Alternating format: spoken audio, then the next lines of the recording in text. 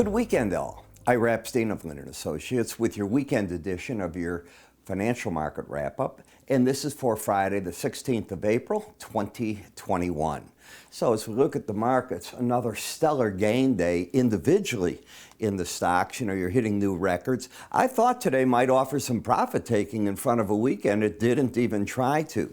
You sort of stabilized in the energies. You added some yield back today in the bonds and the notes. The grain markets had what's continuing to be still a pretty good run to the upside. The dollar continues weak against a host of different currencies, and the metal markets came alive with the gold market up $13, silver up another 4 cents, and copper market, well, I think it's telling you that every time you're getting up into that 425 area and above, you get thrown back, and that just seems to be the picture right here. But we'll discuss that in the metal market wrap-up that I'll do. Now remember, on the weekend edition, we're going to look at weekly charts. I'll start you off with a monthly look-see right now of what the S&P looks like. And you can see it's a runaway. For the month, you're up 5.26%. That's big by any stretch. To me, it is. You're up 1.3% this week. Last week, you were up 2.73%, up 1.4% the week before, 1.33%, and finally a down week here. So if you add up what's been going on, when I keep hearing traders looking for that 10% pullback, this is the point that I'm making. This is the weekly chart. You're up 1.25. Now you're up 2.5%. Now you're up 5.2%. Now you add to that another 1.38, so you're up nearly 7.5% or so. If you get it, you've still missed out. Do you see what I'm getting at? There gets to be a point, and I know that this is just how it works, and everybody says, oh, you got to be careful, this thing's frothy. You've been left behind with those same people saying this whole time. I recognize that in 2011 when I was on with Liz Clayman on Fox Business News, and I said, you know, they got me once looking at it, then we had a correction years later. I said, they're not going to get me again. This market doesn't stay down. Until it turns, it hasn't turned. Now, when we look at a weekly chart, you can see how the markets just run to the upside here. You've got the clear-cut pattern of higher weekly lows, higher highs. The market is staying over the 18-week average of closes, and if you look at that red line, it's been a support line for years, and it just keeps in that area holding the market. So where's the resistance? Because all your big moving averages are here. You're over it. It's the upper Bollinger Band. Now, you don't stay over the upper Bollinger Band very long. So I'm going to repeat myself. I am friendly this market, but I am also now pulling back, looking, not giving up positions, if you will, pulling back, looking to come in on breaks. Buying over a Bollinger Band is not something I advise, and if you take my online course, and I talk about it at the end of this, you'll see why. I explain the whole thing there. A lot of chapters on it. I think it's going to school with a doctorate degree in Bollinger Bands. That's pretty much what I think I'm offering you. When you look at the slow stochastic, you're embedded. So embedded keeps the market bullish.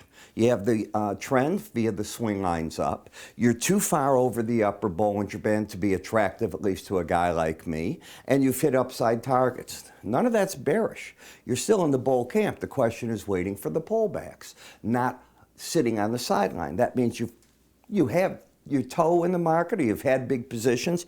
You could be taking some of them off and then coming in on the breaks. You want to have buying power on breaks, and you want to lighten up when you're over a Bollinger Band. It's that simple. In the NASDAQ, is this not the first time? And I'll back you off, even last week. Last week's high was 13,841.75. The upper Bollinger Band was 13,879.20. The upper Bollinger Band now, you got up as high as 14,059. You went through it at 14,006. First time you've hit it, and since back here, what's been the history of hitting that market and it pulls back? A pullback doesn't mean you're bearish, and pullback means you're looking for that. In addition, unlike looking at the S&P, you're playing overbought in this market. You don't have that embedded momentum at this point. In the Dow Jones, fully locked in bullish. I mean, this is lock and load.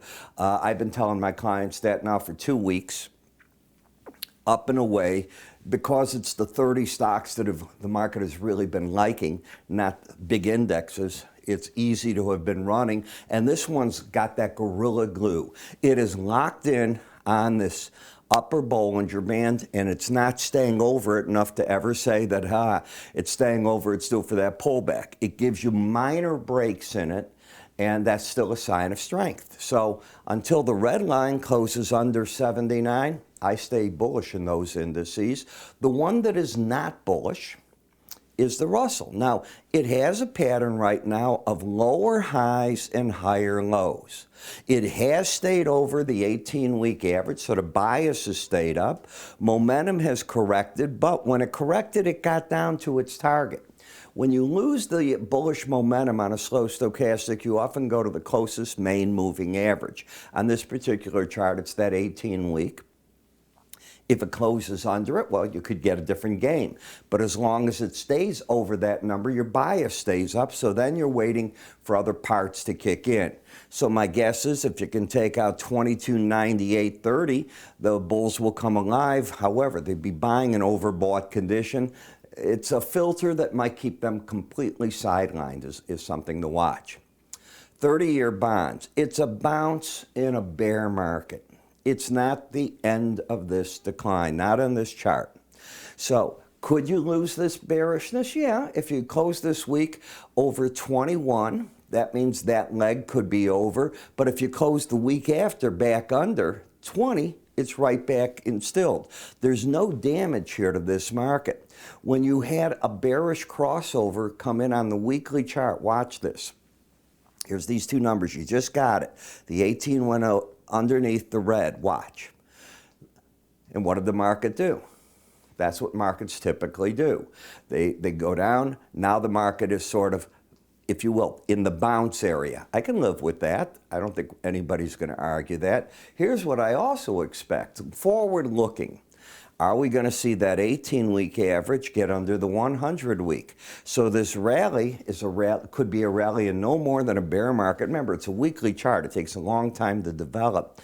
Up through there, possibly over time, and then the next bearish crossover. I think that is a possibility. Why? Because I don't think interest rates have any reason to go back down lower. I think that they can find a home in this 1.5 area. We've seen that 1.77 on the 10-year, that zone from there to there seems to be the trading zone. The market got used to a number over 1.7. Took a couple of trading sessions. It's amazing. A couple of trading sessions, not weeks, not months, for the market to be okay with it, and then the stock market just kept going. In the dollar index, the first challenges of the upper Bollinger Band threw the market back down. Has the weekly chart turned bearish? No.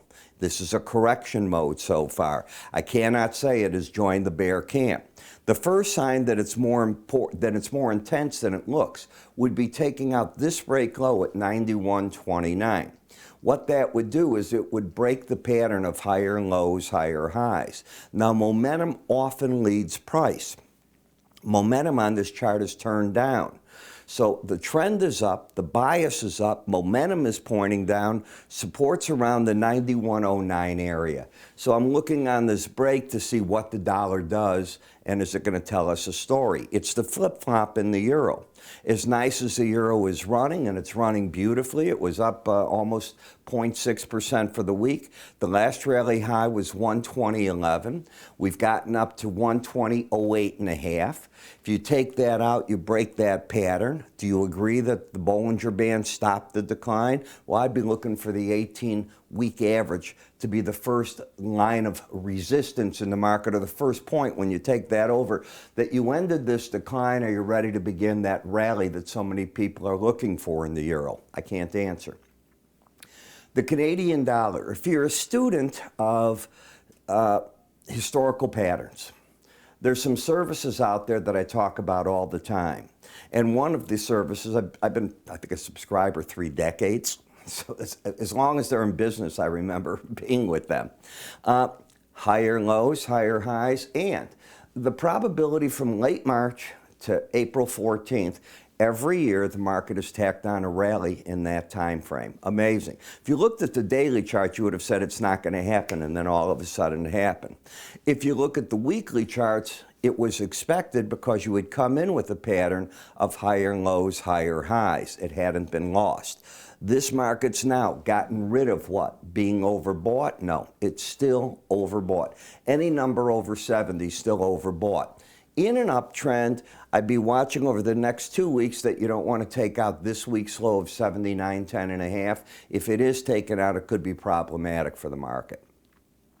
In the Japanese yen, as you're climbing up right here, be careful come Sunday night. You might lose the embedded reading, which could kick the market further up to here. If that's going to happen, it probably means the dollar's weaker. So I'd be watching to see how this all plays out. It should get very interesting here. Who's in control going home? Absolutely the bears. So you've got to prove, you've got to lose that embedded reading by the end of next week. So weekly charts are a whole different game than a daily chart. Something I'd be watching. Am I comfortable if I were a bear? Not yet, okay? I need this market to fail in this zone and get that red line to start arcing back down. But I'm not, as a bear, I have no reason to be even remotely bullish. I could be defensive. There's a difference. Bitcoin, fully embedded reading. So when you look at that, what does it do? You're instantly bullish. The pattern, higher lows, higher highs. Target, still the 69,966 level. And I realized today the market intraday was down, but you're still up $3,200 for the week, 5.5%. Come on, that's still pretty impressive. When you look at the weekly chart of the Brent versus WTI crude, while the daily charts are favoring that WTI is going to hold better than Brent, the weeklies aren't. And the market's still holding where Brent has the edge on the two. When you come to the chart, you're correcting an overbought condition that it hasn't finished correcting. You still have a 73.55 reading. So as friendly as the chart is, overbought conditions, in my opinion, don't attract new buying. WTI crude, you're still correcting the overbought condition. The trend is up, the bias is up just like on the Brent, but you're overbought. Let's assume the market decides to run. 68.63 target. Let's assume it decides to pull back. The 18-day average, 57.22. Rebob gasoline, well, the market did what? It lost its embedded reading. Now watch this. Lost it the week before too. That often is a sign on a weekly chart that even though prices are climbing, innately it's not as strong as you think. You have to go to the daily chart to see what's going on. I would label 191.69. If you get under that number, market's got a problem. Barring that, as I say on my morning subscriber video, I think you're going to hit new highs in this market longer term, but that's off the daily charts.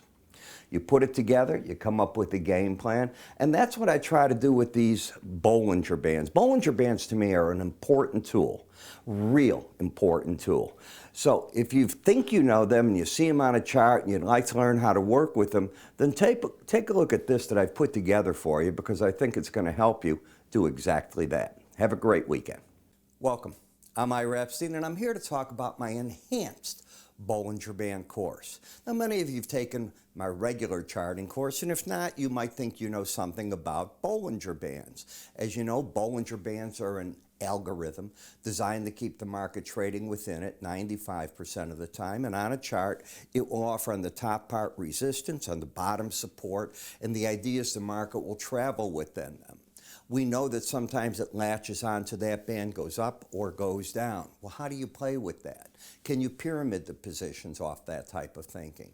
Well, I've applied all three of these into 13 different videos that teach you my concept of it.